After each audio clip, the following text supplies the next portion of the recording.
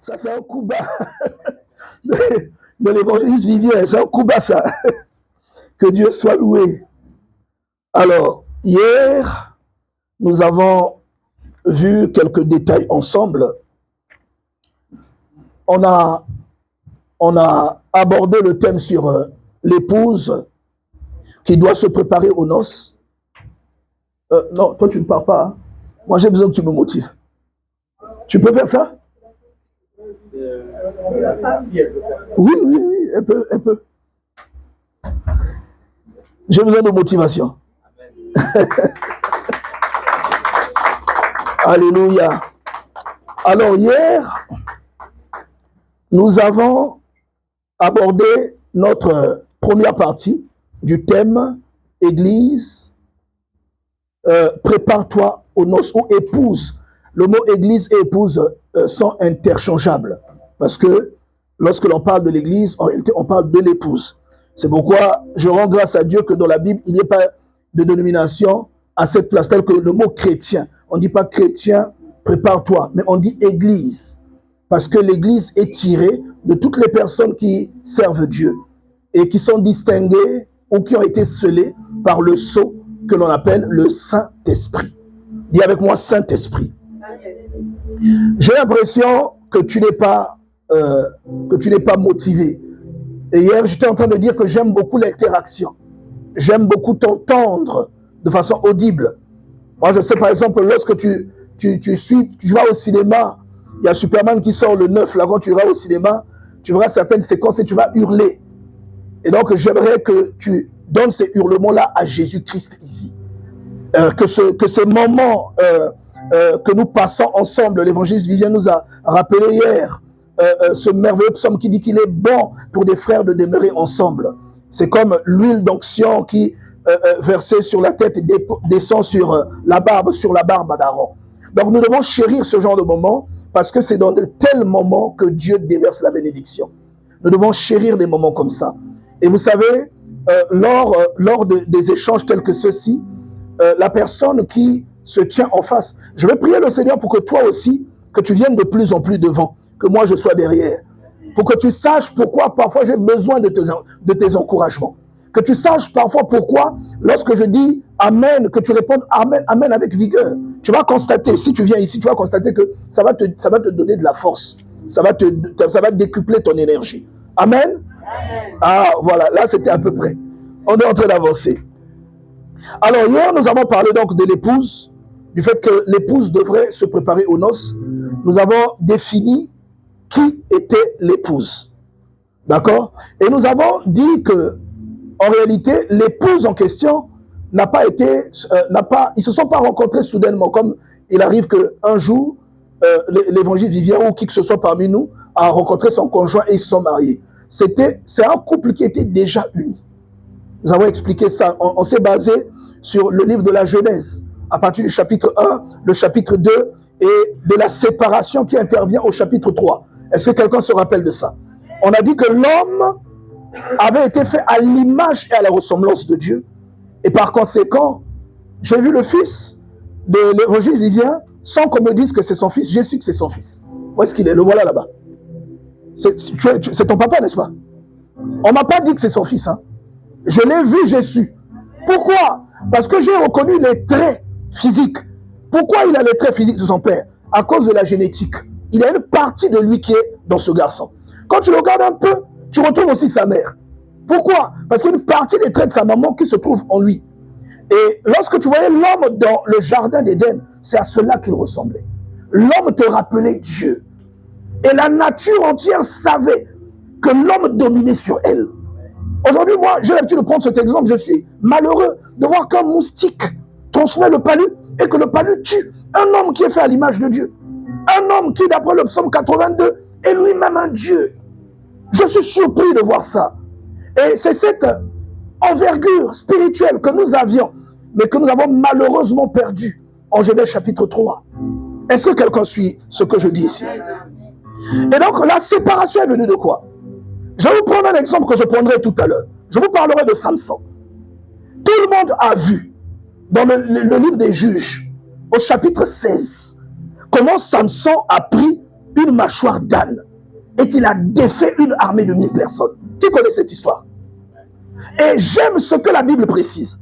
La Bible précise toujours, à chaque exploit de Samson, avant que l'exploit ne se déclenche, la Bible précise toujours que l'Esprit de Dieu fit quoi? Fondit sur lui.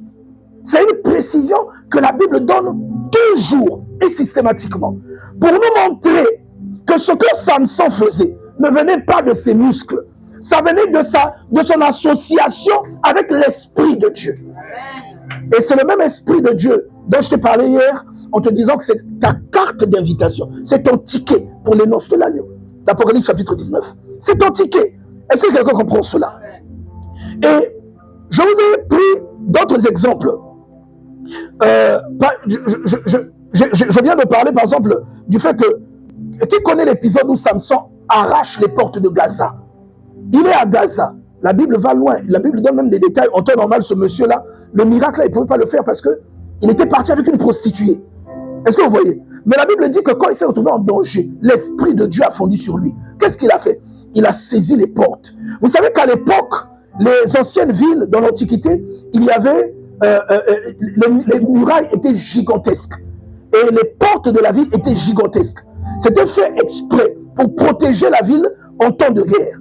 Et vous voyez un homme qui arrache une telle porte et qui monte sur le sommet de la montagne avec une telle porte sur les épaules. Donc, je te laisse deviner ce que l'Esprit de Dieu peut faire en toi. En réalité, ce que Samson faisait, on n'a pas besoin de te dire que Adam pouvait le faire. Est-ce que tu comprends cela? Parce que hier, je t'ai dit que tu as vu un phénomène auprès d'un homme qu'on appelle Daniel. Le phénomène là, tu le vois seulement dans le livre de la Genèse. Parce qu'on te dit que Adam vivait au milieu de la nature avec les créatures. Et Dieu a emmené chaque animal. Il a emmené chaque animal devant Adam pour voir comment Adam allait le nommer. Qu'est-ce que ça signifie? Qu'Adam dominait sur la nature. Et je vous garantis, vous voyez même les Saoudiens, les gens des Émirats, avec des lions qu'ils ont domptés. Je vous assure, c'est pas parce que ces lions-là ne les attaquent pas que vous, ils ne vous attaqueront pas. Donc si le lion n'agressait pas, ou le dinosaure n'agressait pas Adam, c'est parce que quand il voyait Adam, c'est comme quand tu es chez toi et que ton chien te voit. Ton chien ne t'attaquera pas. Il sait que tu es son maître. Est-ce que tu comprends? Et Dieu déclare dans le psaume 8, si j'ouvre le livre des psaumes au chapitre 8, j'y vais au verset 6. Regardez ce que Dieu dit. Regardez ce qu'il dit. D'abord au verset 5, David se pose la question. Il dit, qu'est-ce que l'homme pour que tu te souviennes de lui? Donc David lui-même il se demande, mais l'homme en question il est qui pour que tu fasses tout ça? Et il ajoute, et le fils de l'homme pour que tu prennes garde à lui. Verset 6, il dit, tu l'as fait de peu inférieur à Dieu. Tu l'as fait quoi? De peu inférieur à Dieu. Qui comprend ce que cela veut dire? En fait, il est en train de dire que tu as fait l'homme presque comme un Dieu. Et il ne s'arrête pas là. Il dit, tu l'as couronné de gloire et de magnificence. Tu lui as donné la domination sur les œuvres de tes mains. Qu'est-ce que ça signifie? Que ce que Dieu a créé, il a pris l'homme et il a placé l'homme au-dessus de ce qu'il a créé. Voilà l'état dans lequel nous étions dans le jardin d'Éden. Qui suit ce que je dis ici? Voilà l'état dans lequel Adam se trouvait dans le jardin d'Éden. C'est pourquoi la Bible te dit que Adam pouvait entendre Dieu lorsque Dieu s'approchait du jardin. Est-ce que tu comprends? Quand parfois un démon essaie de se faufiler là, tu n'es même pas au courant. Il s'est infiltré, tu n'es pas au courant. La Bible dit que Adam pouvait entendre Dieu. Adam n'avait pas besoin d'intermédiaire pour discuter avec Dieu. Et je t'ai dit que même l'odeur de la divinité, c'est ce qui peut expliquer qu'il a vécu plus de 900 ans. Et une fois qu'il est sorti du jardin, mon ami, une fois que Adam est sorti du jardin, vous voyez ce ventilo là? Elle est où Séphora? Bon, qui peut remplacer Séphora? Qui seconde Séphora? Parce que je n'ai pas envie de déranger l'évangéliste. Maman, tu peux venir s'il te plaît? Regardez ce ventilo. Viens s'il te plaît, rapidement. Ça c'est Adam dans le jardin. N'y touche pas, va seulement là où il est branché. Ça c'est Adam dans le jardin. Est-ce que tout le monde peut regarder? Non, n'y touche pas encore. Adam est dans le jardin, qu'est-ce qu'il fait? Le ventilo. Il est en train de tourner. Pourquoi? Il n'est pas autonome. Il tourne parce qu'il est connecté à une énergie. Est-ce que quelqu'un comprend ça? L'énergie donne au ventilo la faculté de faire ce qu'il fait en ce moment. Et Parce qu'il est dans un milieu électrifié. Parce que tu prends ce ventilo, tu vas sur la route, il ne tournera pas. Et imagine cet environnement comme étant le jardin d'Éden. Avec toutes les richesses spirituelles, avec toutes les interconnexions que Dieu avait établies là-bas. Et il avait établi, moi j'ai toujours dit que la terre, c'est une province du royaume des cieux. Évangéliste. C'est une province sur laquelle Dieu a pris l'homme qu'il a créé à son image et il a établi comme intendant. Est-ce que tu comprends? Donc, il n'y a normalement rien sur la terre qui peut être au-dessus de toi et il n'y a rien que toi tu peux dominer sans que tu n'aies le Saint-Esprit. Pour dominer, il faut que tu joues ton rôle. Pour dominer, il faut que la nature voie en toi un être supérieur. Et pour que tu sois cet être supérieur, qu'est-ce qu'il te faut? Il te faut le Saint-Esprit. Parce que le monde des esprits de la nature ne voit pas ton joli visage ou ton vilain visage pour certains. N'est-ce pas? Bon, là, tu me confirmes que tu n'es pas avec moi. Parce qu'en temps normal, tu aurais dû rire. Là, tu me confirmes que tu n'es pas avec moi. En fait, la nature, pour se soumettre à toi, ne voit pas ton gabarit. La nature voit quoi? L'Esprit de Dieu en toi. Les noces voient quoi? Les noces recherchent quoi? L'Esprit de Dieu en toi. Qui comprend ce que je dis? Maintenant, Adam est dans le jardin, en train d'exercer sa domination. Identifie le câble qui alimente le ventilo et débranche-le. Et attends, et vous allez remarquer quand il va débrancher, le ventilo ne s'arrêtera pas au moment où il va débrancher le câble. Il va tourner un moment. Là, c'est Adam, 900 ans. Débranche le ventilo.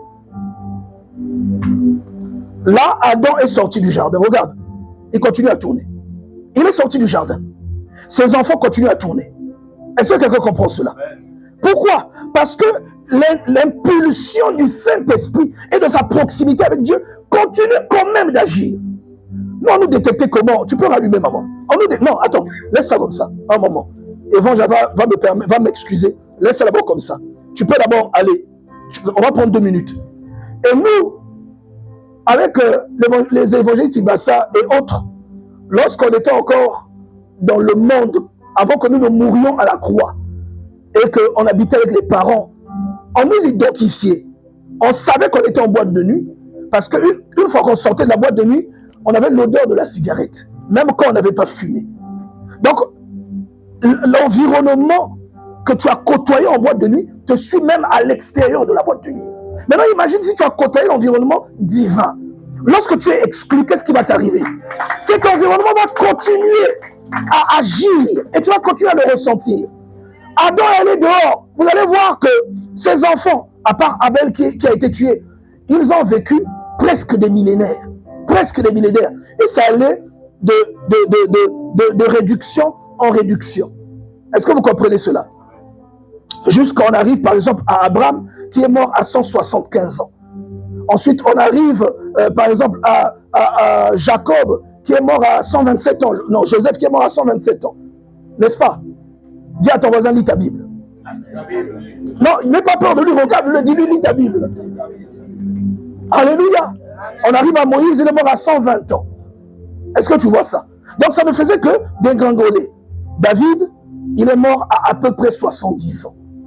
Et ça, ce n'est pas dans la Bible. Je précise pour les gens qui poseront des questions à l'évangéliste.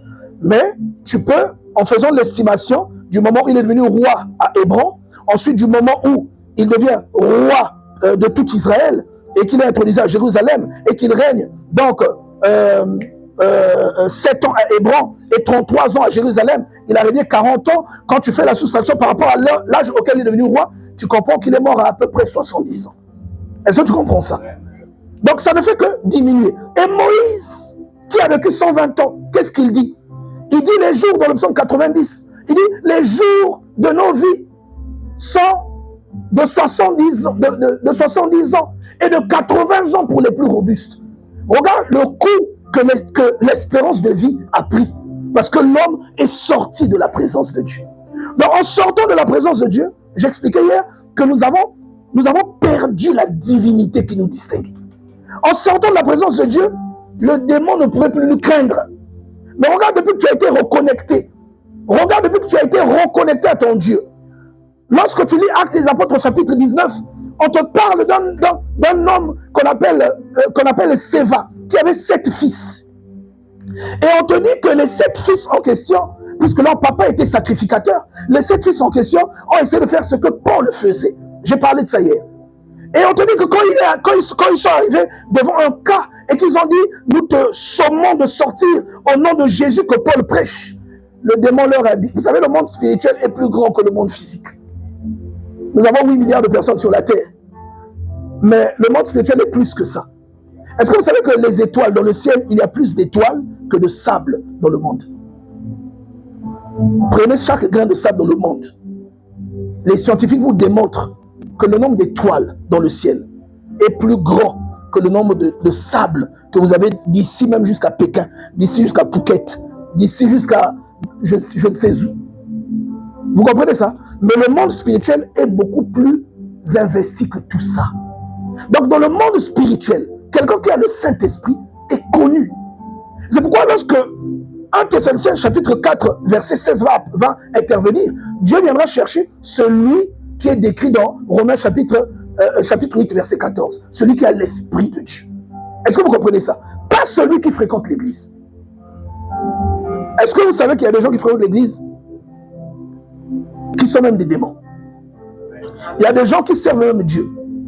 Et ça ne veut pas dire que parce qu'il y a un démon ici, entre guillemets, donc l'évangéliste Vivien, donc c'est pas un homme de Dieu, c'est faux. Jésus ne dit-il pas que c'est moi qui vous ai choisi, vous les 12, mais l'un de vous est un démon? Il ne dit pas ça. Donc le démon n'avait pas peur de Jésus. Vous comprenez qu'il y a des choses, parfois Dieu laisse là à côté. Vous comprenez ce que je suis en train de dire là? Donc, quelqu'un qui a l'Esprit de Dieu, c'est celui-là l'enfant de Dieu. Romains chapitre 8, verset 14. Celui qui est conduit par l'Esprit de Dieu, c'est celui-là l'Esprit de Dieu. Et c'est celui-là qui est concerné par 1 Thessaloniciens chapitre 4 à partir du verset 16. Quand vous lisez 1 Corinthiens chapitre 15, je vous invite à aller lire ce livre. J'espère que vous êtes sensibles comme moi. Vous allez pleurer en lisant comment Paul est en train de décrire que si Christ n'est pas ressuscité, ça veut dire que nous avons prêché en vain et notre témoignage est faux. Il dit qu'il est apparu à plus de 500 frères. Il dit que certains sont encore vivants jusqu'à aujourd'hui. Et nous avons lu hier comment le Seigneur Jésus explique qu'il y a beaucoup de demeures dans la maison de son Père. Et une fois que tout sera prêt, il reviendra nous chercher. Et je vous ai donné la similitude entre cette écriture et ce que j'ai dit précédemment. D'accord? Maintenant, aujourd'hui, il y a une question que j'aimerais vous poser. D'abord, je conclue cette introduction en disant, je suis en train de regarder le temps parce que lui, il m'a averti de quelque chose, mais j'ai un peu sous-estimé. Je me disais que j'allais tout boucler dans le temps que je t'ai donné, mais c'est pas grave, on va obéir à Dieu. Hier, je vous ai dit que la raison pour laquelle le pasteur Boutou qui est là devant moi, là, la raison pour laquelle il a reçu le ministère de Éphésiens chapitre 4 à partir du verset 11. La raison pour laquelle il a reçu ça, vous savez c'est pourquoi? C'est pour que vous soyez aux noces de l'agneau. La Bible dit, étant monté aux cieux, il a fait des dons au... Oh, dis à ton voisin, lis la Bible. N'aie pas peur de lui. Alléluia.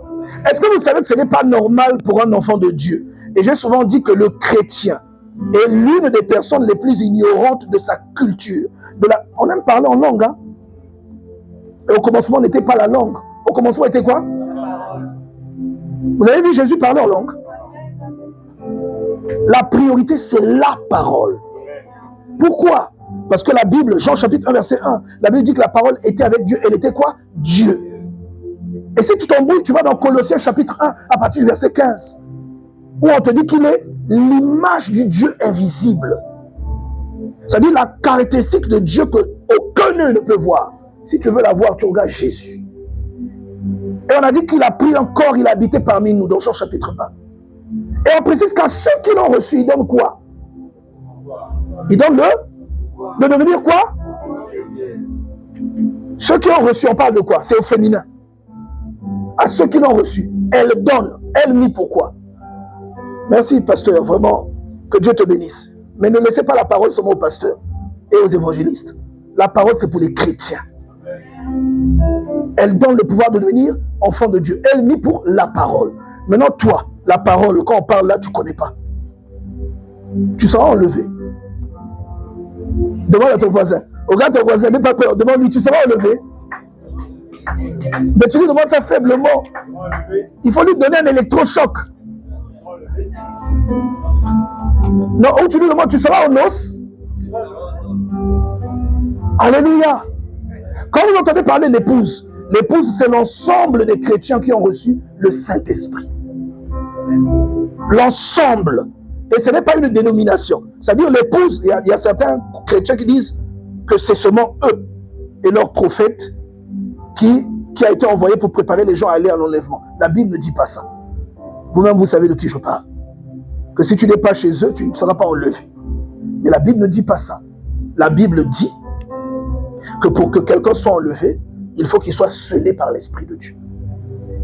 Et je ne pense pas que même ici, à la montagne de Morija, il n'y a pas de chrétiens scellés par l'Esprit. Ceux qui sont scellés et qui conservent cet esprit, on va voir ça tout à l'heure, ceux qui sont scellés et qui conservent cet esprit seront enlevés. Maintenant, le diable va passer son temps à essayer de voler cet esprit pour que vous deveniez aveugles, comme Samson. Est-ce que vous comprenez cela? Vous savez, quand le diable arrive à vous atteindre, il blague avec votre vie. Et la seule chose qui vous maintient éveillé, c'est l'huile. On va voir ça tout à l'heure. Dans le livre de Matthieu, chapitre 8. Bien aimé, j'aimerais vraiment rappeler à quelqu'un que Dieu donne des ministères aux hommes, d'après Éphésiens 4:11. Il donne des ministères aux hommes. On a lu ça hier. C'est pourquoi? Qui se rappelle de ça? Et pourquoi Dieu donne des ministères aux hommes? Il y avait des gens qui prenaient note. Alléluia. Merci, frère Williams. Je n'ai pas oublié, hein? Williams. On acclame quand même un peu pour le frère Williams. Pour le perfectionnement des saints. Donc Dieu, voilà le schéma. Quand le Christ arrive et que tu te convertis, en fait, il ne veut pas que tu demeures seulement au niveau de la conversion. Moi, j'appelle ça une conversion inachevée. C'est là où tu vois quelqu'un qui est converti, mais c'est un chrétien qui boit coûter l'âme. Est-ce que quelqu'un comprend ça? C'est-à-dire, aujourd'hui, les chrétiens, ou bien à l'époque, chrétien de MTN Zone. Aujourd'hui, les chrétiens, demain, il n'est plus chrétien. Après, demain, il est chrétien, le surlendemain, il tombe. Le jour d'après, il se relève. Dieu ne veut pas de ça. Que lorsque tu te convertis, il faut que tu sois enseigné. Et il a pris les ministères requis. Ah, là, s'il te plaît, reviens, maman. Parce que là, moi-même, je commence à sentir ça. Ça ne joue pas vraiment un rôle. Hein? Ça ne m'atteint pas. Ah. Non, attends. Quand Jésus est venu, alléluia, amen. Matthieu chapitre 26. Est-ce que quelqu'un lève la main, s'il te plaît? Matthieu 26. Nous étions coupés. Ésaïe 53, on a lu ça hier. On dit que nous étions dissociés de Dieu. Nous étions disloqués de sa présence. Lorsqu'il est venu, qu'est-ce qu'il a fait? Il a pris son corps et son sang. Lévitique chapitre 17. Qu'est-ce que ça nous dit? L'âme de la chair est dans le sang. Donc quand tu bois le sang de quelqu'un, en fait tu bois la personne. Maintenant lui, qu'est-ce qu'il a fait? Il a pris son sang, il nous a fait boire. Il a pris son corps, il nous a fait manger. À ton avis, si en mangeant le sang de quelqu'un, tu manges la personne. Donc quand on a mangé le sang de Dieu, on a mangé qui? Qui est en nous? J'ai l'impression que quelqu'un n'a pas compris. Je vais recommencer. Lorsque Jésus prend son corps et son sang, comme il le dit dans Matthieu chapitre 7, ou quand il est dans Matthieu chapitre 26, il dit prenez ceci et buvez. Il prend du vin, buvez, ceci est mon sang. Et il précise que c'est le sang de quoi? De l'alliance éternelle. N'est-ce pas? On va aller dans l'évangile de Matthieu. J'espère vraiment que on va pouvoir voir tout ça.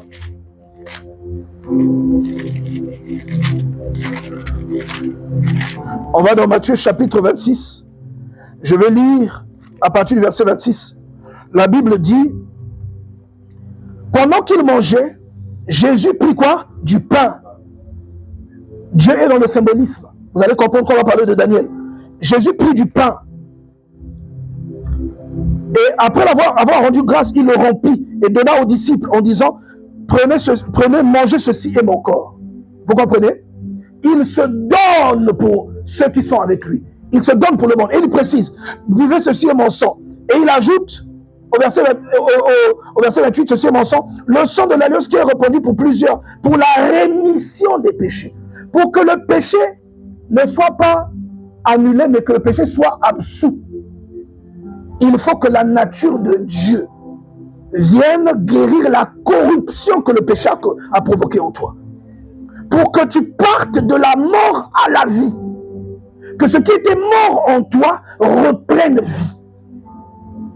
Parce qu'en réalité, qu'est-ce que Dieu a dit à Adam? Le jour où tu mangeras de cet arbre, tu mourras, n'est-ce pas? Quand Adam a mangé ça, dans Genèse 3, il est mort. Pourtant, Dieu a dit tu mourras. Donc Dieu a menti. Donc il n'est pas mort. Pourquoi? Il est mort quand même. Il n'est pas mort physiquement. Est-ce que quelqu'un comprend ça? Il a subi ça là. Il a été déconnecté de Dieu.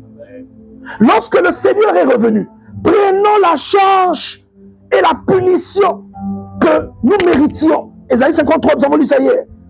Qu'est-ce que le Seigneur a fait à ceux qui ont mangé? Il leur a donné un pouvoir, celui de devenir enfant de Dieu. C'est-à-dire, quand on dit que c'est ton enfant, ça veut dire quoi? Il a ton nom, il a ton sang. Il a ton ADN, merci. Il a ton ADN. Et de facto, c'est ton héritier. Est-ce que quelqu'un comprend cela? En mangeant, donc dès que toi tu te convertis, tu manges, rebranche maman, regarde ce que tu vis. Toutes les choses que tu avais perdues vont revenir, regarde. Tu redeviens comme ça. Non, reste encore là. Tu redeviens comme ça. Alléluia. Et tu commences à jouer un rôle. Tu deviens une bénédiction pour les gens. Tu deviens un cadeau pour des gens. Toi qui étais inutile, ta spécialité c'était de prendre la virginité des gens. Ta spécialité c'est d'emmener les gens à la débauche. Alléluia. Tu commences à devenir quelqu'un d'utile pour les autres. Tu deviens édifiant. Dieu a dit à Abraham, Genèse chapitre 12, il dit, je ferai de toi une source de bénédiction. Je ferai de toi quoi? Une source de bénédiction. Et toutes les familles de la terre seront bénies en toi. Une source de bénédiction. Est-ce que là, le ventilo ne nous fait pas du bien? Il était là avec toute sa fonction, mais il était inutile, comme beaucoup de chrétiens parmi nous. Tu peux aller à l'église, mais si tu n'as pas le Saint-Esprit, tu es comme un ventilo qu'on a débranché. Le rôle que tu dois jouer, tu ne le joues pas. Et ce que j'aime avec Dieu, c'est que dans 1 Corinthiens 12, il explique la diversité avec laquelle il nous utilise. Et donc là, le ventilo produit quelque chose d'agréable. Mais il va se passer quoi si je débranche le piano? On n'aura plus de son. Le piano et le ventilo ont une alimentation commune. Ça s'appelle l'électricité. L'évangéliste, le pasteur, le docteur, le prophète et l'apôtre ont une seule source d'énergie, une seule source d'alimentation. C'est le Saint-Esprit de Dieu. Est-ce que quelqu'un a compris? Amen. Donc, la source d'énergie est la même, mais le résultat dépend du but pour lequel la conception s'est faite. On a conçu le ventilo pour que les gens n'aient pas chaud. On a conçu la caméra pour qu'il y ait des images. Mais on a conçu le piano pour qu'il produise des sons. Mais toutes ces choses sont alimentées par une seule chose, le Saint-Esprit. Et le jour où il y a une cérémonie, on va vérifier qu'est-ce qui arrive à être alimenté. S'il y a un appareil qui n'est pas alimenté, on n'y prend pas garde. Et c'est ce qui va se passer lors des noces de l'agneau. Celui qui y aura droit, c'est celui qui a le Saint-Esprit. C'est pourquoi Dieu a envoyé les Éphésiens 4 afin de prendre ceux qui ont cru et d'entretenir la flamme qui est en eux. Est-ce que quelqu'un comprend cela? On a quand même un peu pour le Seigneur Jésus.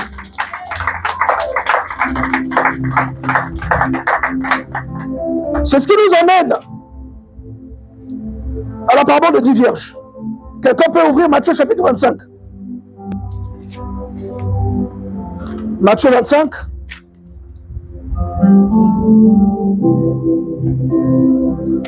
Matthieu 25. On va lire à partir du premier verset. Je vais lire moi-même pour aller plus vite. Alors le royaume des cieux sera semblable à 10 vierges qui ayant pris leurs lampes, tu vois, elles ont pris quoi? Les lampes. Elles ont pris quoi? Là, je vérifie si tout le monde est avec moi. Ayant pris leurs lampes, allèrent à la rencontre de l'époux. Alléluia. Amen. Lève la main si tu m'écoutes. Ayant pris leurs lampes, allèrent à la rencontre de l'époux. N'est-ce pas? Et regardez maintenant la suite. 5 d'entre elles étaient folles, c'est-à-dire stupides, insensées. Et 5 d'entre elles étaient sages, c'est-à-dire prévoyantes, ayant l'esprit de discernement. Vous savez, quand on nous parle de l'Église,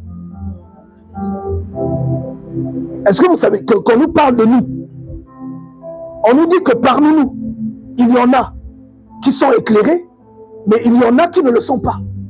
Les vierges, là, partent où? À l'encontre de qui? Donc ça, c'est quoi? C'est pas l'enlèvement. Quand on va à l'encontre de l'époux, c'est pas pour les noces. Voilà. Voilà ça ici. 5 d'entre elles étaient folles, d'autres sages. Pourquoi on nous explique?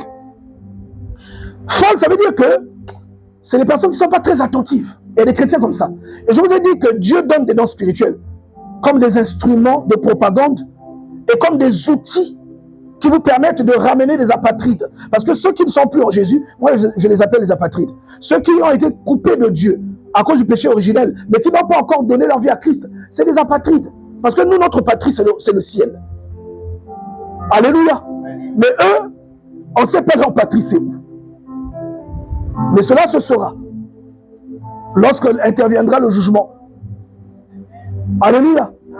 Mais on dit ici que les folles, prenant leur lampe, ne prirent point d'huile. Ça, c'est le chrétien qui a rencontré le Seigneur, qui a connu Jésus.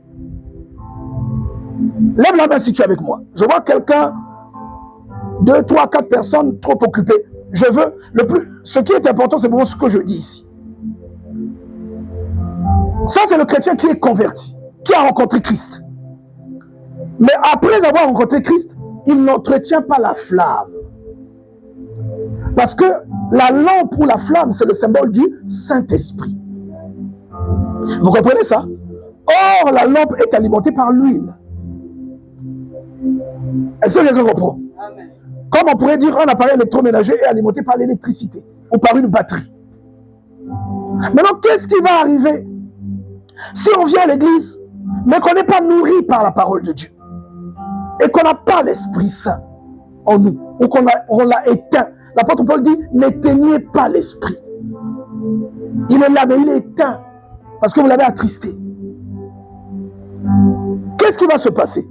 Ce qui s'est passé en Éden. Redébranche le voiture. Là, c'est quelqu'un qui vient, mais qui progressivement s'en va, et puis soudain, paf! Regardez ce qui se passe. Est-ce qu'il y a une preuve de l'Esprit de Dieu dans cette personne? Non. Tu vas branche ça. Là, on a mal illustré. Rebranche. Cette fois-ci, tu vas aller devant, tu vas éteindre. Parce qu'il a reçu l'Esprit, n'est-ce pas? Tu vas éteindre le ventilo. Donc la personne qui ne vient plus, et paf! Qu'est-ce qui se passe là? Le ventilo est éteint. Il est toujours branché, mais le ventilo est éteint. Celui qui viendra faire l'audit pour prendre les équipements qui marchent, lorsqu'il verra un ventilo qui normalement doit être en train de tourner, mais qui ne tourne pas, il supposera que le ventilo ne marche pas. Qu'est-ce qu'il fera? Il va l'abandonner et il prendra tout ce qu'il aura recensé comme ce qui fonctionne. Et il ira avec là où c'est utile. Alléluia. Et c'est ce qui se passe. Maintenant, le but pour lequel tu dois avoir un Éphésiens 5, un Éphésiens 4, 11, c'est qu'il faut qu'il y ait quelqu'un que Dieu a établi sur toi. Je vous ai dit hier, il y a 5 ministères. L'apôtre, le prophète, le docteur, l'évangéliste et le pasteur. Et je vous ai dit que l'un de vous, plutôt l'un d'entre eux, Dieu l'a établi sur vous. Parce que je ne parle pas seulement de dons, mais je parle de ministère. Il y a des gens qui ont des ministères. Ce sont des ministres de Dieu. Et nous avons lu dans le livre d'Éphésiens pourquoi ils sont ministres. Quel est leur rôle? Et autour de ces ministres, il y a des gens, il y a des 1 Corinthiens chapitre 12.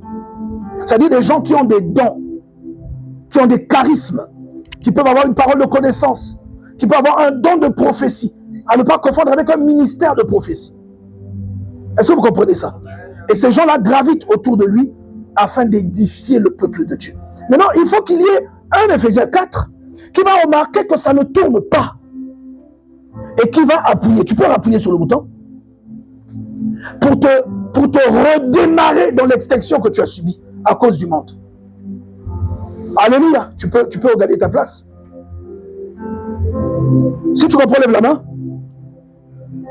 Alors, on dit que au milieu de la nuit, en criant, voici l'époux, allez à sa rencontre. Est-ce que vous n'avez pas lu dans 1 Thessaloniciens chapitre 4, au verset 16, que au signal donné par l'archange? Qui se rappelle de ça? Là, ce n'est pas un signal. Voilà pourquoi je dis que la parole de Dieu, c'est les mathématiques. Si tu fais 2 fois 2, c'est égal à 4. Si tu fais 1 plus 1 plus 1 plus 1, c'est égal à combien? 4. On arrive toujours au même endroit. Quelqu'un comprend cela? Réveillez-vous. On a donné un signal, on cria, réveillez-vous. Le point est là. Alors les vierges se réveillèrent et préparèrent leurs lampes. Ça, c'est ceux qui ont entretenu le Saint-Esprit dans l'église. Et quand je parle d'église, je ne parle pas seulement du bâtiment. Je parle de personnes qui sont scellées par l'Esprit de Dieu, qui ont la marque de Dieu. Quand on les regarde, il a les yeux de Dieu. Hein? Quand on regarde, on voit ses épaules, on dirait Dieu. Comprenez mon langage. On arrive à reconnaître Dieu en toi. Est-ce que quelqu'un suit ce que je dis ici? Et on dit, les folles dirent aux sages, donnez-nous de votre huile, car nos lampes s'éteignent. Dis à ton voisin, bois. Bon, vous ne connaissez pas ça, vous ne connaissez pas ça. Mais l'évangéliste connaît, hein, le pasteur Stéphie connaît. Dis à ton voisin, un bois. Oh, vous ne connaissez pas ça, les amis. Hein? Quand tu connais un bois, ah, voilà. Faut demander à ton père, il va te dire, un bois, c'est quoi? Hein? Qui connaît un bois, à part les anciens? Ah bon. Vous voyez? Donc, le jour de l'enlèvement, tu demanderas à Dieu d'avoir pitié de toi pour te laisser entrer dans la salle des noces. Il ne te laissera pas entrer. Pourquoi? Parce que le problème de cette génération, bien aimé dans le Seigneur, c'est la distraction. Quelqu'un va ouvrir Daniel. Daniel au chapitre 1. On va s'arrêter seulement au chapitre 1 de Daniel. Daniel, ce n'est pas dans le Nouveau Testament, s'il te plaît. C'est dans l'Ancien. Parce que je te vois déjà aller à la fin de ta Bible. Hein? Daniel, c'est dans l'Ancien Testament. Amen. Tu vas prendre Daniel au chapitre 1. Et tu vas lire jusque là où je te demanderai de t'arrêter.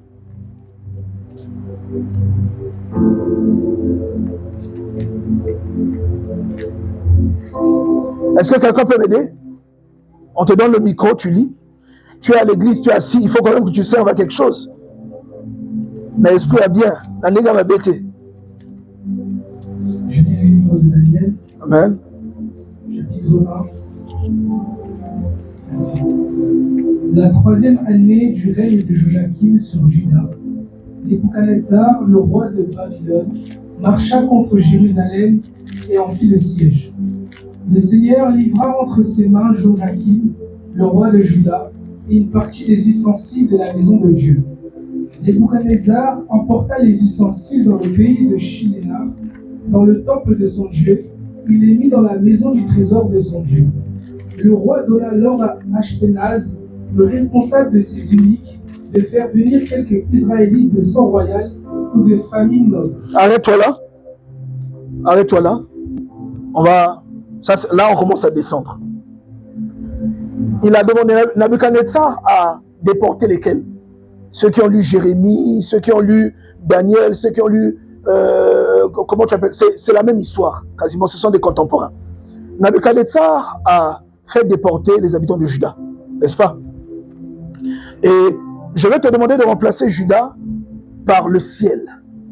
Il va les emmener à Babylone. Remplace Babylone par la terre. D'accord? Babylone est commandée par un roi à qui on a donné l'autorité. Il s'appelle Nabuchodonosor. Et Nabuchodonosor, c'est la figure de Satan, comme Pharaon dans le récit de l'Exode. Quand on parle de l'Égypte, Pharaon, c'est Satan, ou bien l'ennemi, n'est-ce pas?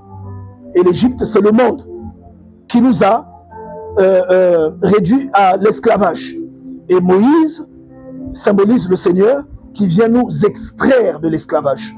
Et tu vas voir que la traversée de la mer Rouge symbolise le baptême. D'accord? Quelqu'un suit ce que nous disons ici? Amen. Voilà. Et ta conversion, c'est le sang de l'agneau sur les linteaux des portes. C'est cela. Donc ici, on te dit que Nabuchodonosor donna l'ordre à Ashpenaz, chef de ses eunuques, d'emmener quoi? Quelques enfants, quelques-uns des enfants d'Israël de race quoi? Royale. De race quoi? Royale. Qui a dit que nous sommes un sacerdoce quoi? Ton voisin a dit royal seulement par hasard. Parce qu'il savait que j'allais rimer. Alléluia. Et qui parle de royauté parle de divinité. Dans la Bible, quand on parle de royauté, c'est pourquoi le roi ne s'habillait pas comme tout le monde. Le roi avait un signe distinctif. C'était premièrement sa couronne et deuxièmement ses vêtements. Même un enfant qui vient d'une lignée royale avait des vêtements qui démontraient qu'il était d'une lignée royale. Et vous allez voir que Daniel, avec tous les compagnons qui étaient avec lui, appartenait à la diaspora de Juda, qui était affiliée à la famille du roi. Et donc ça, c'est toi et moi qui sommes élus par Dieu, qui arrivons sur une terre dominée par l'ennemi et corrompue. Et vous allez voir, Genèse chapitre 14, je vous en ai parlé hier, comment Melchisédek, qui est identifié dans Hébreu comme étant celui que vous connaissez, comment est-ce que il récompense Abraham après qu'il soit revenu victorieux de quoi? Kedorlaomer. Kedé quoi? Mais toi tu me regardes seulement, aide-moi. Kedorlaomer, merci apôtre. Quand il revient victorieux, qu'est-ce qui se produit? On dit Melchisédek, roi de Salem, vint à la rencontre d'Abraham dans la vallée de Chavé. N'est-ce pas? Il bénit Abraham par le Dieu très haut. Il lui donna du vin et du pain. Pourquoi? Pourquoi pas de l'eau? Évangile. Pourquoi pas de l'eau? Je vois l'apôtre Iboissa boire de l'eau là. Quand quelqu'un fournit l'effort, il a besoin de quoi? D'eau. Vous savez, la Bible est remplie d'allégories et de métaphores et de paraboles et d'hyperboles et de... Je continue. On l'acclame pour Jésus.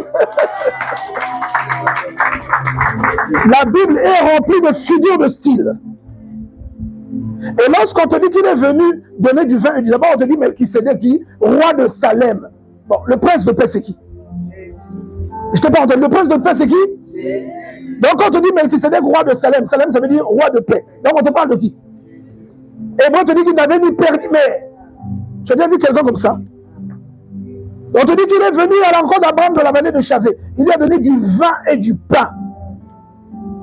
À ton avis, c'était le vin là et le pain que tu as mangé le matin. Tu comprends que c'est le même vin et le même pain dont Jésus parle. Quelqu'un comprend ça? Il lui a communiqué quelque chose, la nature de Dieu. Dieu est un Dieu qui agit selon les étapes. C'est-à-dire, il va d'étape en étape lorsqu'il veut t'emmener quelque part. Tu vois, il lui fait une promesse dans Genèse chapitre 12, mais la promesse s'accomplit dans Genèse chapitre 18. Pourquoi? 25 ans plus tard. Genèse 17, il lui rappelle, Abraham, marche de moi en face, sois intègre. Mais il lui a fait plusieurs promesses déjà. Abraham, Genèse 15, Abraham, je suis ton bouclier, ne crains pas, ta récompense sera grande. Mais Seigneur, l'enfant est où? Abraham lui demande, que me donneras-tu? Je m'en vais sans enfant. L'héritier de ma maison, c'est Eliezer de Damas. Dieu lui dit, ce n'est pas lui ton héritier, mais celui qui naîtra de toi. Genèse 16, Abraham fait ses bricoles. Sarah boule. Dit non, il faut enceinter Agar. Il enceinté Agar, l'enfant naît. Dieu lui apparaît, Genèse 17. Abraham, je suis le Dieu Tout-Puissant. Marche devant moi, sois intègre. Abraham se prosterne, Dieu dit, je te bénirai, je te rendrai fécond, je multiplierai. Et il dit, je te donnerai tu t'appelleras plus Abraham, mais Abraham, car je fais de toi le père d'une multitude. Et tu ne donneras plus à ta femme Saraï le nom de Saraï, mais tu lui donneras le nom de Sarah. Et je te donnerai d'elle un fils. La Bible dit, Abraham tomba sur sa face et rit. Parce que beaucoup de gens voient seulement que Sarah rit dans Genèse 18. Mais ils oublient qu'Abraham avait ri dans Genèse 17. Il rit, puisque Ismaël est déjà là. Il dit, oh, qu'Ismaël vive devant toi. Dieu lui dit, ce n'est pas lui ton héritier. Ce n'est pas au travers d'Ismaël que j'accomplirai ce que je t'ai promis, mais au travers d'Isaac. C'est Dieu qui a donné le prénom. Au travers d'Isaac que Sarah te donnera. Acclame le Seigneur, on va avancer. C'est au travers d'Isaac. Mais concernant Ismaël, je t'ai exaucé. Il sera père de 12 princes. Est-ce que tu comprends? Dieu lui a fait beaucoup de promesses, mais il allait séquentiellement. Genèse 18, alors qu'il était assis sous les chaînes de Mamré, pendant la chaleur du jour, 3 hommes lui apparurent. Il se précipita, se prosterna. Seigneur, si je trouvais grâce à tes yeux, ne passe pas sans t'arrêter devant ton serviteur. J'apporterai de l'eau pour que tu te laves les pieds et un peu d'eau pour te rafraîchir. Quand les gens viennent chez toi, si le repas est là, les gens sentent que ça sent bon. Mais toi, tu vas seulement ajouter l'eau. Mais à l'église, tu parles langue. Quand l'enfant du voisin est là, tu ne veux plus, tu prives tes enfants. Tu ne leur sers pas parce que l'enfant du voisin va manger. Dis à ton voisin, arrête ça. Il ne t'a pas entendu, dis-lui, arrête ça. Ah, merci là-bas. On acclame Jésus.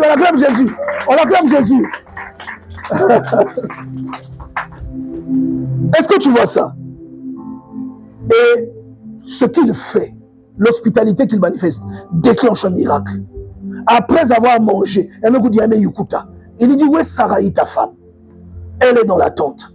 Il dit, l'année prochaine, à la même époque, je te visiterai et Sarah aura un fils.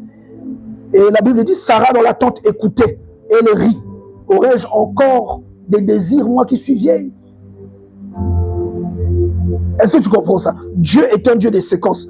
Isaac est né 25 ans après la promesse. Quand Abraham a reçu la promesse, il avait 75 ans. Quand Dieu lui a dit qu'il te donnera Isaac, quand Isaac est né, il avait 100 ans. Dis avec moi, Dieu des séquences. Donc, le jour là, si tu n'as pas d'huile, tu fais comment? Oh, l'huile s'entretient. Et l'huile s'entretient comme Daniel. On dit ici, Daniel, donc Dieu pour te transmettre sa vie, il passe par quoi? Il passe par un symbolisme de nutriments. Il fait comme s'il te donne à manger. Quand il délivre Israël, parce que ceux qui ne le savent pas, Genèse 12, c'est le symbole du jugement dernier, des châtiments de Dieu qui tombent sur le monde. Quels sont ceux qui sont exemptés? C'est ceux qui ont les linteaux du sang et ceux qui ont le sang de l'agneau sur les linteaux de porte. À ton avis, ça veut dire quoi? C'est celui qui a le Saint-Esprit qui ne passe pas par le jugement. C'est ce que Jésus nous explique. Il dit que celui qui mange du pain qu'il lui donne ne mourra pas, il ne connaîtra pas la mort. Et il ne passera pas par le jugement. C'est le sang. On leur a dit, tuez l'agneau. Mangez-le debout, avec vos ceintures attachées, vos bâtons à la hâte, avec des herbes amères, à demi-cuit. Et prenez le sang là, mettez sur les linteaux. La maison représente quoi? La maison représente ta personne. Et le sang là, c'est le sceau du Saint-Esprit sur toi.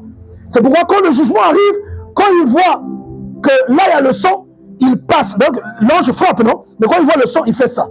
C'est ce mouvement-là qu'on appelle la Pâque. Quand tu entends Pâques, dans le Pâques, Pascal, Yaya, quand tu vois que je ne sais pas c'est quoi, c'est le mouvement là, le fait que l'exterminateur passe au-dessus pour te sauter. C'est ça qu'on appelle Pâques. Donc ça va se reproduire lors du jugement dernier. Ça va se reproduire pour nous donner accès aux noces de l'agneau. Donc ici, on entend te dire, épouse, prépare-toi. Tu te prépares comment? Est-ce que tu fais partie des vierges folles qui ne se préparent pas?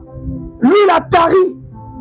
Ou tu fais partie de ceux qui sont entretenus par les Éphésiens 4 et qui ont leur huile avec eux.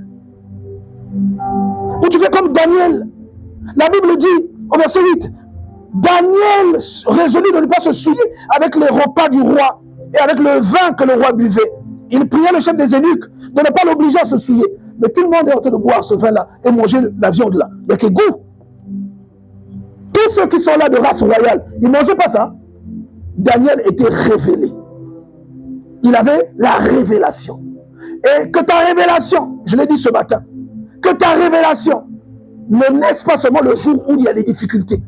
Commence à travailler comment on va appeler ça? Commence à travailler ton discernement aujourd'hui grâce à ta connexion avec Dieu. Daniel était connecté à Dieu. Et la Bible dit que l'eunuque là a dit, vous exposez ma tête. Si vous ne nourrissez pas, que le roi trouve que vous êtes devenus des vilains gosses. Qu'est-ce qui va vous arriver? Qu'est-ce qui va m'arriver? On va me couper la tête, on va dire que je ne vous nourris pas. Daniel a dit, mets-nous à l'épreuve. Nourris-nous pendant tant de jours avec des légumes et de l'eau. La Bible dit, au bout de ce terme, l'eunuque lui-même avait remarqué que Daniel et ses compagnons avaient plus d'embonpoint, c'est-à-dire ils étaient plus beaux. Sauf que moi, l'embonpoint dont il est question ici, c'est l'envergure spirituelle que tu as. Ils étaient devenus plus beaux. Et la Bible dit, Daniel expliquait toutes les visions. Regarde, au bout de 10 jours, ils avaient meilleur visage et plus d'embonpoint que tous les jeunes gens qui mangeaient les mets du roi. Verset 16, l'intendant emportait les mets et le vin, blablabla. On va aller directement. Verset 17, Dieu accorda à ces 4 jeunes gens la science de l'intelligence dans toutes les lettres, de la sagesse dans toutes les lettres, de la sagesse. Et Daniel faisait quoi? Expliquer toutes les visions et tous les songes. Daniel a pu deviner le songe que quelqu'un, peut-être que ce jour-là il était sous, Dieu lui a parlé, il s'est réveillé, il a oublié son songe. Il a dit, vous êtes des magiciens, non? Que quelqu'un me dise le songe que j'ai fait parce que je l'ai oublié. Et si tu ne dis pas, tu meurs. Alléluia. Regarde-moi des problèmes comme ça. Toi, tu as fait ton rêve, tu as oublié, tu me dis moi de deviner ça. Est-ce qu'il était sérieux quand même, Nabucodonosor?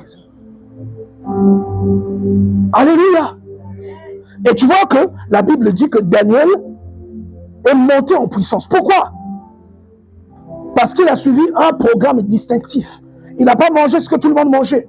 Mais sauf que toi, tu es chrétien, tu sais à l'église, tu manges la pornographie. Comme les gens du dehors. Est-ce que quelqu'un comprend? Même si tu te caches devant moi, Dieu te voit. Dieu te connaît. Quand tu es seul là, il te voit. Dis à ton voisin, il te voit.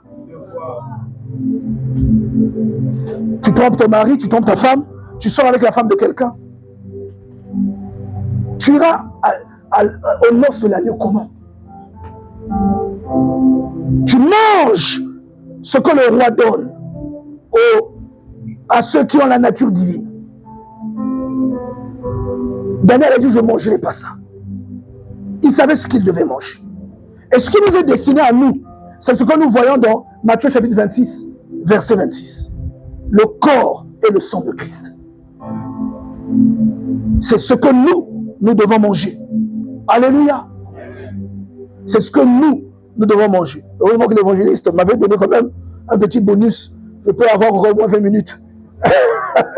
On acclame le Seigneur pour la sagesse de l'évangéliste et la prévoyance. Est-ce que quelqu'un comprend cela? Que j'arrête ou je continue? Je ne t'entends pas. Au fond, je n'ai pas entendu que j'arrête ou je continue? Gloire à Dieu. Donc vous voyez qu'il a dit, je ne mangerai pas telle chose, mais moi je mangerai ça. Ce n'est pas la nourriture là. C'est-à-dire que littérairement, il s'agit de la nourriture. Je vous ai dit que la Bible est un langage métaphorique. La Bible te parle des arbres. Toi, tu vois qu'on te parle du safoutier. Mais il te parle, en parlant des arbres, il est en train de te parler des êtres humains. Dans Genèse, on te parle, et dans Apocalypse. Dans Genèse et dans Apocalypse, on te parle de l'arbre de vie. Tu vois, c'est un arbre, non? C'est Jésus. Alléluia. C'est Jésus. Dans les évangiles, on te parle du figuier. Le propriétaire de la vigne est arrivé. Non, plutôt de la vigne. Le propriétaire est arrivé, il a vu. Non, le figuier stérile. Il a vu, ça fait 3 ans que je vais ici, il ne porte pas de fruits. Il faut le déraciner, il occupe la terre pour rien. Tu crois qu'on te parle d'un arbre, on te parle de toi et de moi. Dans le psaume 1, heureux celui qui ne marche pas sur le conseil des méchants, qui ne s'arrête pas sur la voie des pécheurs, qui ne se sont pas en compagnie des moqueurs, mais qui trouve son plaisir dans la loi de l'Éternel. Il la médite jour et nuit. Il est comme un arbre planté près d'un courant d'eau, dont le feuillage ne se flétrit point. Il est comme un arbre. On te dit arbre, mais c'est un être humain. Est-ce que tu vois comment la Bible est? C'est comme Jésus te parle du cœur, de ton cœur, mais il te parle de ça comme s'il parlait de la terre, une terre arable. Un sémeur sorti pour s'aimer dans un champ. Le champ là, c'est ton cœur. Ça, c'est le langage de Dieu. Acclame le Seigneur, on va avancer. Ça, c'est le langage de Dieu. C'est le langage de Dieu. Dieu parle en parabole. La Bible dit que Jésus leur parlait toujours en parabole, sauf lorsqu'ils étaient en aparté. C'est le langage de Dieu. C'est pourquoi même tes propres rêves, tu ne les comprends pas parfois. Parce que Dieu parle comme ça. Tu vois? Donc, il a refusé de manger. Toi, tu te dis, ah, Daniel aussi, vraiment, il ne s'aimait pas. Hein? Donc, parfois, un goulou, un sanglier, un imangiao. On est en train de te parler de ce qu'un esprit fournit au monde, même aux élus, pour les enivrer d'un mauvais vin et pour les nourrir et leur donner la gastro-entérite spirituelle. C'est de ça qu'on te parle. Quand tu te dis, mais Daniel, il était problématique, il avait refusé. Pourquoi? Parce que tu peux dire, je mangerai seulement le légume et l'eau. Tu le feras parce que Daniel a fait. Donc, on te fait comprendre que le légume et l'eau, c'est aussi un symbole. Et c'est de ça que lui, il était nourri. Et ça lui a donné une sensibilité différente. Ça l'a mis à part. Et ça l'a élevé au-dessus des autres. La Bible dit qu'il a eu une sagesse incroyable. Il savait résoudre les énigmes. La nuit où Darius, le maître, a pris le pouvoir, une main est venue écrire, peser, compter, diviser. On a dit, on a appelé Daniel, il dit, du temps de ton père. On a dit au fils de Nebuchadnezzar, on a vu chez lui des lumières. Il a en lui l'esprit des dieux vivants. Le païen doit reconnaître que Dieu habite en toi. Ton collègue au boulot doit sentir qu'il y a quelque chose de particulier en toi. Ce qui se fait dans le secret, toi tu le révèles. Je me rappelle toujours, des années en arrière, il y avait un projet qui se faisait. Et le directeur avec ses 3 acolytes, le directeur général et ses 3 acolytes, de là où je travaillais, savait très bien ce qu'il préparait. Je me suis endormi, le Seigneur m'a montré ça. Le lendemain, par hasard, je suis passé par là, le PDG est là, oui, je suis rentré, ah bonjour, comment on a discuté? Et je lui ai dit, oh, mais moi, j'ai fait un songe. Je m'en foutais qu'il soit croyant ou pas. Et j'ai vu, voilà ce que j'ai vu, voilà ce que j'ai vu. J'ai vu un immeuble de tant de niveaux, et je t'ai vu toi tout en haut. Il m'a regardé, il m'a dit, Théo, qui t'a dit, qui t'a parlé de ça? Je dis, personne. Je l'ai rêvé. Il ne croyait pas. C'était tellement... Il dit, les travaux commencent. La fouille commence demain. On a appelé Batimat, ils viendront faire la fouille. On va construire un bâtiment de 4 étages et mon bureau est tout en haut. Quelqu'un t'a forcément dit ça. J'ai dit, oh, mais ceux qui sont autour de toi sont des Français comme toi. Enfin, des Mindélés comme toi. Vous avez vos secrets. Il va me le dire pourquoi. Vous voyez? Dieu doit te révéler des choses cachées. Je rappelle un ami d'enfance qui est venu une fois me dire, j'ai des problèmes, j'ai fait un rêve. Mais dans le rêve, on m'a dit de venir te voir et que Dieu allait te montrer de quoi il est question. J'ai dit, ah! Il a demandé, ah! J'ai dit, il n'y a pas de problème, donne-moi 3 jours. L'ami d'enfance est parti. J'espère qu'il suivra ce live. J'ai prié le premier jour. J'ai prié le deuxième jour. Le troisième jour, j'ai prié. Moi qui suis fertile en termes de songe. Jusqu'au 3e jour, 0 songe. Je me suis réveillé 6 heures du matin. J'ai dit, mais qu'est-ce que tu me fais là? C'est toi qui l'as envoyé ou pas? 6 heures du matin. Et pendant que je réfléchissais, je ne savais pas, le sommeil m'a encore pris. Alors qu'il fallait que je me prépare pour aller au boulot. Et dans le laps de temps que le sommeil m'a pris, il m'a tout montré. Et je me rappelle toujours, c'était un jeudi. Jamais oublié. Et quand je me suis réveillé, j'ai pris ma douche, je suis allé au boulot. J'étais pressé le soir. J'ai pris un collègue qui habite aujourd'hui à Bordeaux. Je lui ai dit, on va chez le frère Intel. Nous sommes partis. Et lui aussi, on devait se voir que nous, hein, mais il a invité sa maman, ses soeurs, tout le monde était chez lui. pour écouter ce que le Seigneur allait me dire. Et quand je suis arrivé, on a prié et je lui ai dit, voilà ce que le Seigneur m'a montré, voilà ce par quoi tu passes, ta femme a tel problème, voilà. Il y a des gens qui ont pleuré là-bas. Et ce frère-là a donné sa vie à Jésus, pleinement. Alléluia. Le païen, j'aime pas trop le terme païen parce que même nous étions des païens. Nous sommes devenus fils d'Abraham par la foi. Le non-croyant doit savoir qu'il y a l'Esprit de Dieu en toi. Et à un moment, je donnais l'apôtre Tibassa il y a 1 mois. Je dors, le Seigneur me révèle une augmentation. À l'époque, on était dans une boîte où il n'y avait pas beaucoup d'augmentation. Il me révèle une augmentation. Et il me donne le montant précis. Et je viens, je parle à mon back-to-back. Je lui dis, on aura une augmentation, mais c'est au mois de décembre. Je serai à temps, toi tu seras à temps. Ah oui, d'accord. Il savait que souvent le Seigneur me parle. Et qu'est-ce qui se passe? Chemin faisant, au mois de juin, on est convoqué par le DAF. On arrive, on nous dit, vous avez une augmentation exceptionnelle. Et nos salaires grimpent. Il me dit, Théo, c'est ce que tu as vu? J'ai dit non. Moi, ce que j'avais vu, le salaire était de temps. Bon, il trouvait déjà que c'était impossible que lui, dans cette boîte, qu'il gagne ce salaire-là. J'ai dit, le salaire sera de temps. Mais il ne me croyait plus. Il dit, non, l'homme laisse, c'est ça. On est vraiment dans cette boîte. Même pour augmenter les gens, c'est compliqué. On nous a augmenté, donc ça veut dire, toi, tu crois qu'on va nous augmenter? J'ai dit, attends, tu verras. Je t'avais dit que c'était en décembre. Décembre est arrivé. Et Dieu attend toujours vers la fin. Vers la fin, on est de nouveau convoqué. Et là, c'est le DAF qui nous... c'est pas le DAF qui nous reçoit, c'est le directeur général lui-même. Il nous invite, il dit, je suis content de ce que vous faites. Et puis, nous avons fait un chiffre d'affaires de telle proportion. Donc, j'ai décidé de vous gratifier, vous deux, pour ce que vous faites. Et il nous a remis nos enveloppes avec les détails. Quand il a ouvert, il a vu, c'est le salaire que je lui avais dit au début d'année. Quand j'ai ouvert le mien, c'était le salaire que je lui avais dit au début d'année. Or, si tu connaissais Dieu, tu allais acclamer, mon ami. Le problème, c'est que ce n'est pas toi ni moi qui avons cette compétence. Mais c'est quoi? L'électricité, que j'appelle le Saint-Esprit. C'est lui qui permet, qui rend ces choses possibles. Et moi, je veux qu'il y ait une distinction entre toi et celui qui n'est pas de Dieu. Je veux qu'il y ait une distinction entre un enfant de Dieu et entre quelqu'un qui fréquente l'église. Parce que les deux catégories fréquentent l'église, mais on a un qui est connecté à Dieu, c'est l'enfant de Dieu. Et je ne veux pas que tes dons spirituels te fassent croire que tu es un enfant de Dieu. Dans Matthieu chapitre 8, la Bible nous dit qu'il y a des gens qui sont venus dire au Seigneur au dernier jour, on a prophétisé en ton nom, on a fait ceci en ton nom. Il dit, éloignez-vous de moi, vous qui commettez l'iniquité, je ne vous ai jamais connu. Dieu ne se répand pas de ses dons. Tes dons ne sont pas la preuve que Dieu est là. Alléluia. J'aimerais que tu te lèves.